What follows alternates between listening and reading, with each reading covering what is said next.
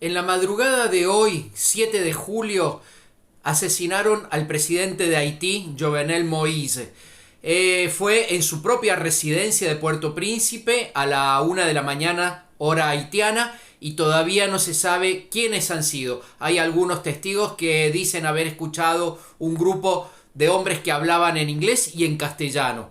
Hay que preguntarse muchas cosas, por ejemplo, quién puede haberse beneficiado de esto tanto adentro como afuera, y también cómo puede ser que entre tan fácilmente un comando armado a la casa de un presidente. ¿Qué complicidad puede haber habido de la Guardia Presidencial, del Ejército, de la Fuerza de Seguridad, etcétera?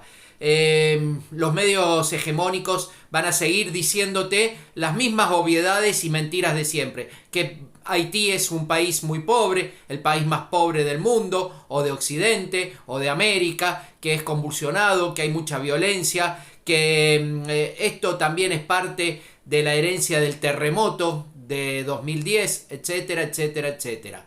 Pero veamos quién era Jovenel Moïse y qué puede haber ocasionado su asesinato.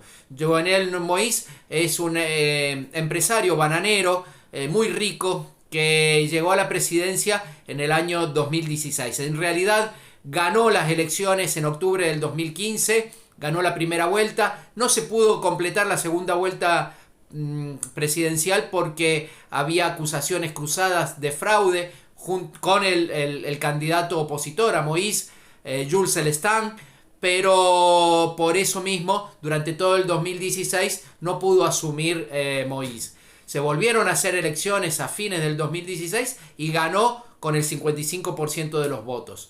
Un dato engañoso, porque en realidad votó solamente el 10% del padrón electoral. Es decir, que Moïse ganó en primera vuelta solamente con 600.000 votos en un país de 11 millones de habitantes. Con una legitimidad muy menguada, asumió la presidencia el 7 de febrero de 2017.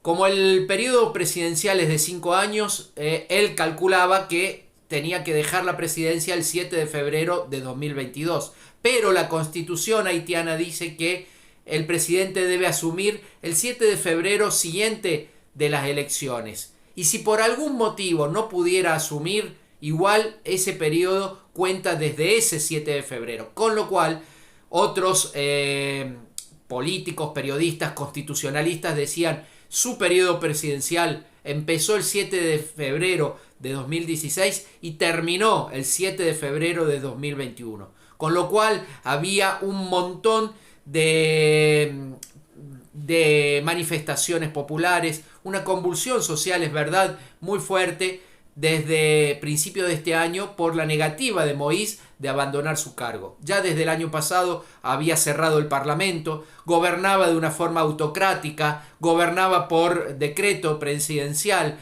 Durante sus 5 años de gobierno hubo 12 masacres, creció la violencia política en un 200%, la violencia política y la violencia delictiva también. Y por supuesto la miseria. En Haití la gente llega a comer tortillas de arcilla, tortillas de barro, por el nivel tan escandaloso de pobreza, de miseria y de hambre que hay.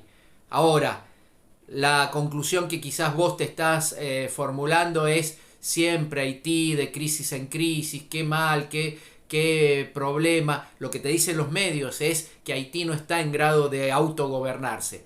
Y ahí viene otra clave de esta crisis.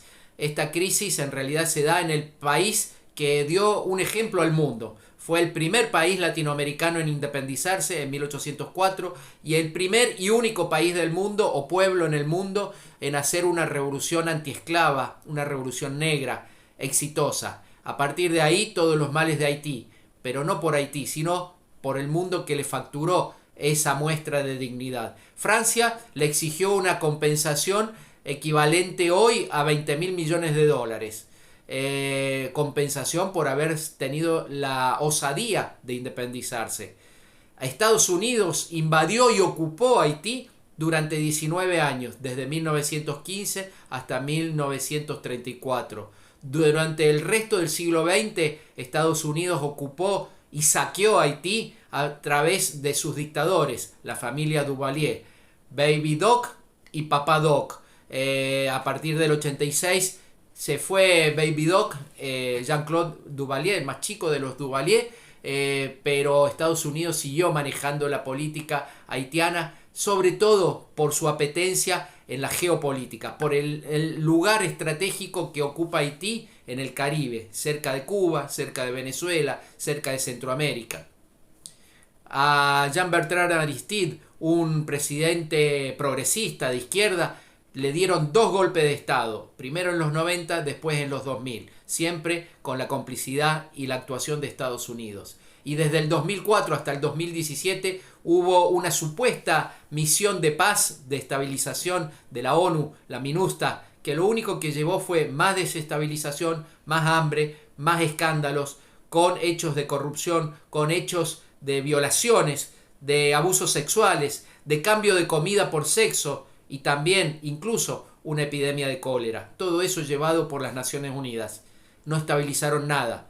Por eso, cuando hoy se da la noticia del asesinato del presidente de Haití, otra vez vuelve esa visión más veladamente o más directamente racista, paternalista, de decir Haití no se puede manejar por sí solo. Ojo, que no sea el preludio de una nueva invasión, de una nueva ocupación.